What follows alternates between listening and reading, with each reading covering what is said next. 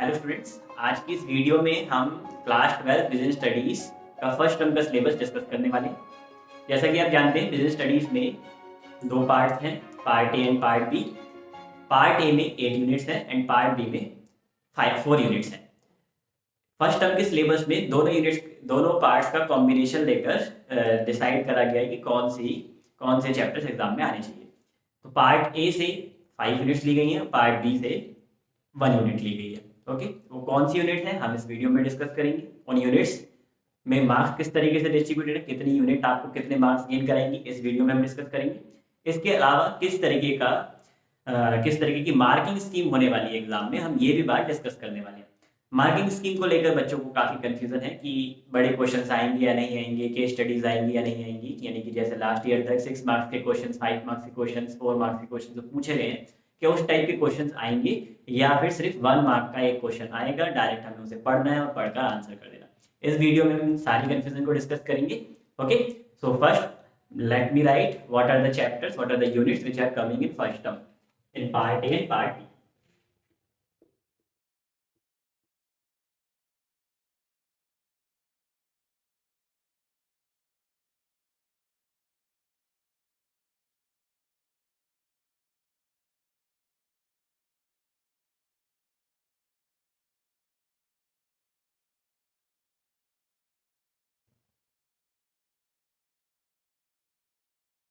Students, जैसा कि आप देख सकते हैं, मैंने यहाँ पर वो यूनिट्स लिख रखी हैं जो कि फर्स्ट टर्म के सिलेबस में आने वाली है। अब मैं आपको एक एक करके इनके सब टॉपिक्स बताऊंगा, कौन कौन से सब टॉपिक्स इन यूनिट्स में आ रहे हैं। ओके, और कौन से टॉपिक्स नहीं पूछे जाएंगे।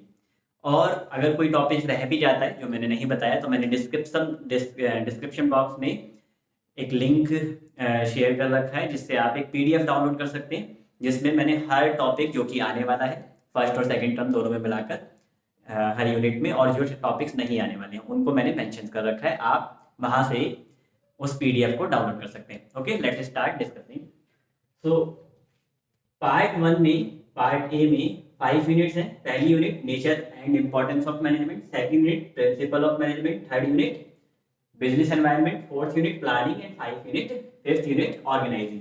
तो ये 5 यूनिट्स पार्ट 1 से आएंगी, और पार्ट बी से जो 11th चैप्टर है या कहीं 11th यूनिट है बिजनेस स्टडीज की, वो आने वाली है। उसका नाम क्या है? Marketing management. जैसा कि आप जानते हैं, अगर आप बुक में देखेंगे तो आपको नजर आएगा कि nature and importance of management को 4 पार्ट्स में डिवाइड करा गया है,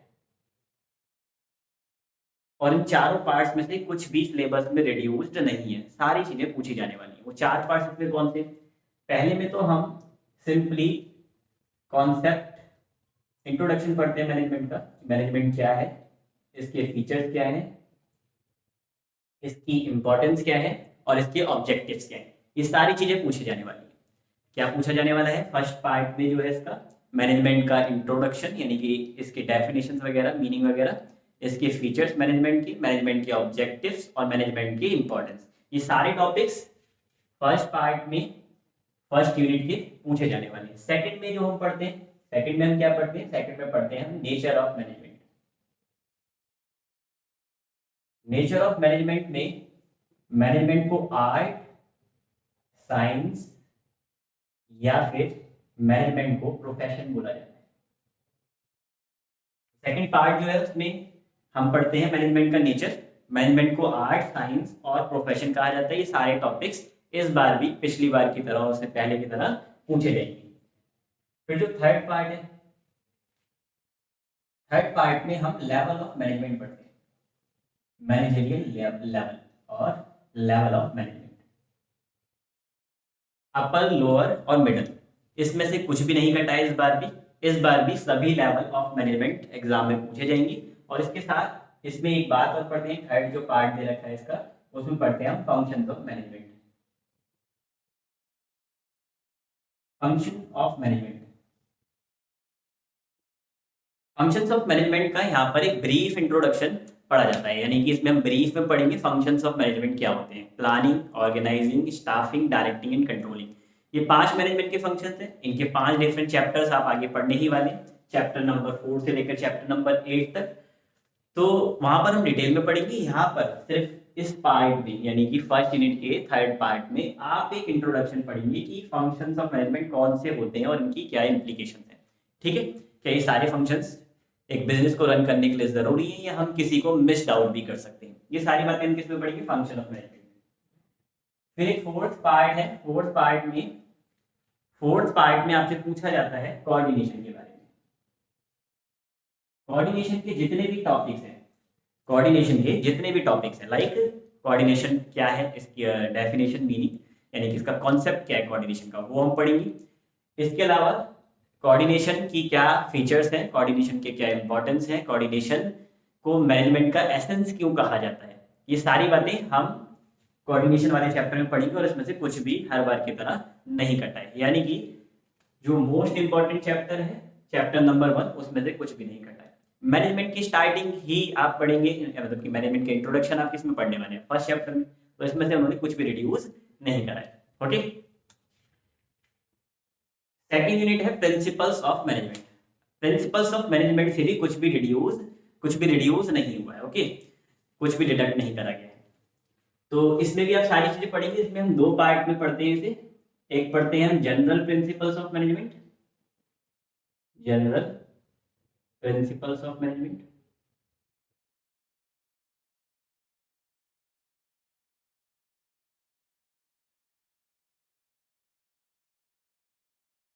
और scientific principles of management.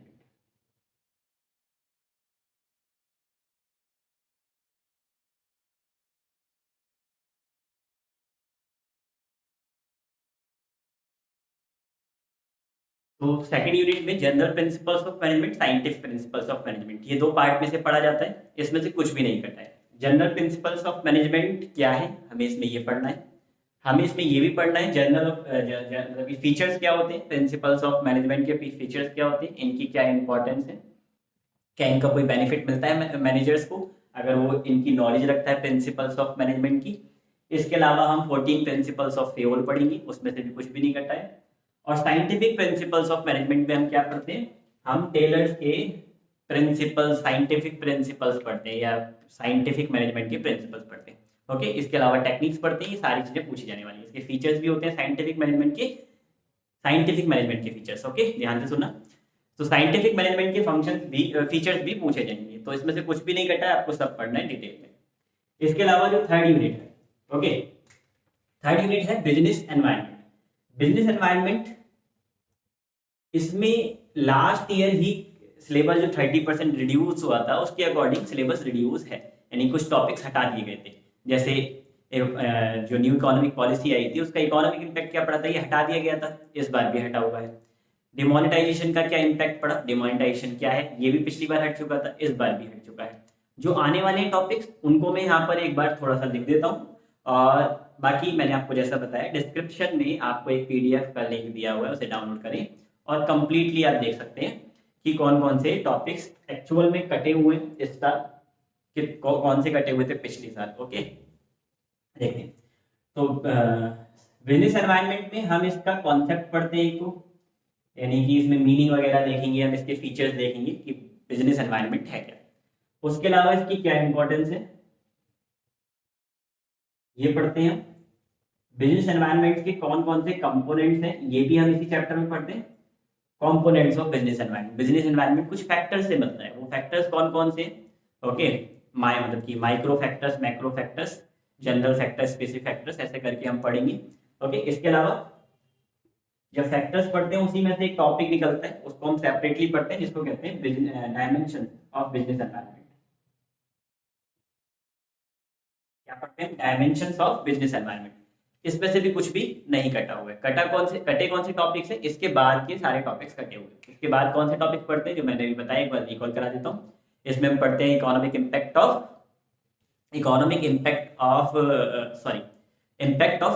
New economic policy, ये पढ़ते हैं। वो टॉपिक कट चुका है। डिमोनेटाइजेशन कट चुका है, ये टॉपिक्स कट चुके हैं, आपको ये कुछ भी नहीं पढ़ना है इसके बारे में। ग्लोबलाइजेशन, लिबरलाइजेशन, प्राइवेटाइजेशन, इसके बारे में आपको कुछ भी नहीं पढ़ना है, सिलेबस में नहीं है। तो बिजनेस एनवायरनमेंट सिंपल सा टॉपिक है, आसान सा टॉपिक है, जल्दी समझ आ जाता है। ये तीनों यूनिट अगर आप अच्छे से पढ़ लेते हैं डिटेल में, तो आपके 16 मार्क्स कवर करते हैं, यानी कि आप 16 मार्क्स आसानी से ला सकते हैं अगर आपने अच्छे से इन तीनों चैप्टर्स को कवर कर लिया।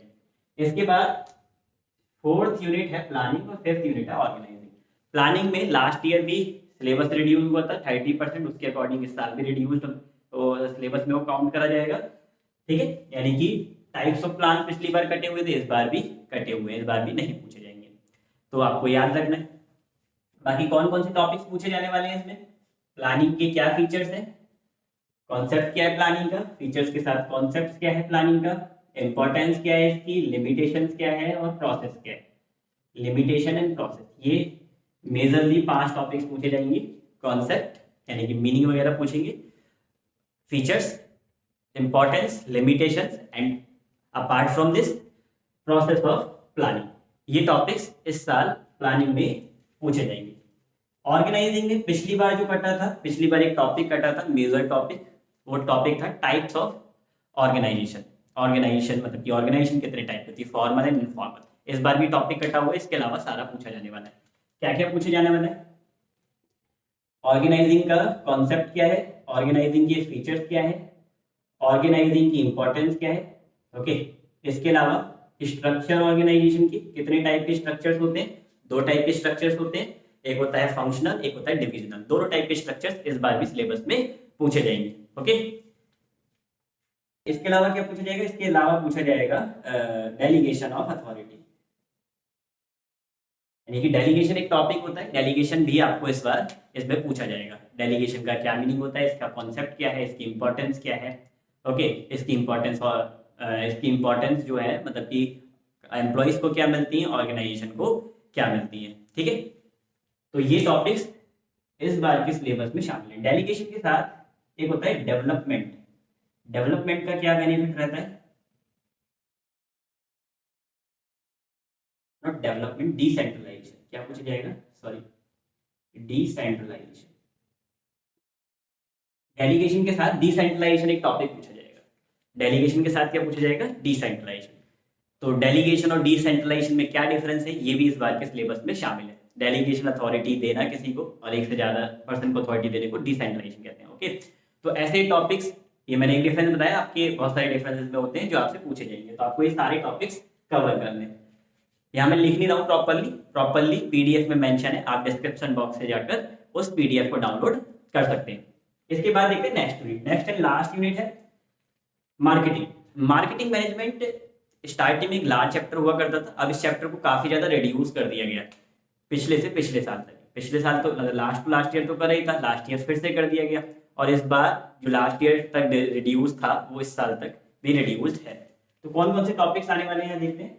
मार्केटिंग मैनेजमेंट, मार्केटिंग क्या है पहले ये पूछा जाएगा, और बेसिक टर्मिनोलॉजी मार्केट से रिलेटेड, मार्केटिंग से रिलेटेड बेसिक टर्मिनोलॉजी क्या है ये पूछी जाएगी, मार्केटिंग क्या है ये पूछा जाएगा, यानी कि इससे रिलेटेड टर्म्स, मार्केटिंग का कॉन्सेप्ट, ओके, इसके फीचर्स क्या होते हैं, मार्केटिंग एक्टिविटीज क्या होती है, मार्केटिंग एक्टिविटीज या फंक्शंस बोल सकते हैं क्या है, ये भी पूछा जाएगा। इसके अलावा मार्केटिंग मिक्स क्या है ये भी पूछा जाएगा, मार्केटिंग मिक्स के 4 मेजर कंपोनेंट क्या है जिनको 4 पीस कहते हैं वो भी पूछा जाएगा, और 4 पीस के बारे में डिटेल में आपसे सारी चीजें पूछी जाएगी। कुछ चीजें कटी हुई हैं, आप सिलेबस डाउनलोड करके देख सकते हैं क्या क्या रेडी हुआ है, ओके। तो ये तो था हमारा सिलेबस। एक बात और है भी, ये दोनों चैप्टर्स जो है ये 40 मार्क्स कवर करते हैं और ये अकेला चैप्टर 10 मार्क्स कवर करता है। तो टोटल अगर आप देखें 40 मार्क्स, आपका 40 मार्क्स का पेपर आने वाला है, यानी कि टोटल 40 मार्क्स का पेपर आएगा। ये एमसीक्यू टाइप के क्वेश्चन आएंगे इसमें, जैसा कि मैंने आपको स्टार्टिंग में बताया। एमसीक्यू का मतलब ये नहीं होता कि आपको एक स्टेटमेंट दी जाएगी, सिर्फ एक छोटी सी स्टेटमेंट, और पूछा जाएगा इन चारों में से कौन से ऑप्शन सही है। ऐसा भी हो सकता है, आपको एक केस स्टडी दी जाएगी, उस केस स्टडी के पार्ट्स में क्वेश्चन बनाए जाएंगे, यानी कि पहला पार्ट, दूसरा पार्ट, तीसरा पार्ट, चौथा पार्ट, पांचवा पार्ट, 6 पार्ट। अगर 6 मार्क्स का क्वेश्चन 6 पार्ट बना सकते हैं, 5 मार्क्स का 5 बना सकते हैं, 4 का तो 4 पार्ट का बना 4 मार्क्स का क्वेश्चन बनाया जा सकता है। यानी कि जैसे पहले केस स्टडीज पूछी जाती थी उसी केस स्टडीज की तरह क्वेश्चन आपको दिया जाएगा, बस इस बार आपको ऑप्शंस भी दिए जाएंगे, आपको सेलेक्ट करने का मौका दिया जाएगा कि इनमें से जो भी ऑप्शन सही है आप उसको टिक कर सकते हैं, ठीक है, उसको लिख सकते हैं कि ये वाला ऑप्शन सही है। यहां तक बात क्लियर। तो एमसीक्यू क्वेश्चन आएंगे, एमसीक्यू में केस स्टडीज भी आने वाली हैं जैसे कि अभी तक आया करती थी, उसमें कोई भी रिलीफ आपको नहीं दिया जाएगा। तो केस स्टडी की आपको साथ में तैयारी करनी है।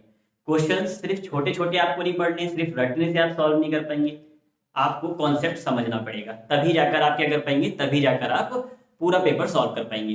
तो पहले भी बिजनेस स्टडीज का पेपर रटकर नहीं दिया जाता था, इस बार भी बिजनेस स्टडीज का पेपर रटकर नहीं दिया जा सकता। यहां तक बात क्लियर? ओके, तो एमसीक्यू क्वेश्चन 40 मार्क्स, जिसमें से केस स्टडीज भी आएंगी, डायरेक्ट क्वेश्चन भी होंगे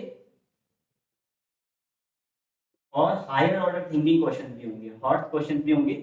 यानी कि जब तक आपने कॉन्सेप्ट समझा नहीं है तब तक आप उसके बारे में कुछ भी नहीं लिख सकते। ओके, तो ये था हमारा बिजनेस स्टडीज का सिलेबस। मैंने अभी फर्स्ट टर्म का सिलेबस अपलोड करा है, सेकंड टर्म का सिलेबस सेकंड टर्म के टाइम पर मैं अपलोड करूंगा। ओके,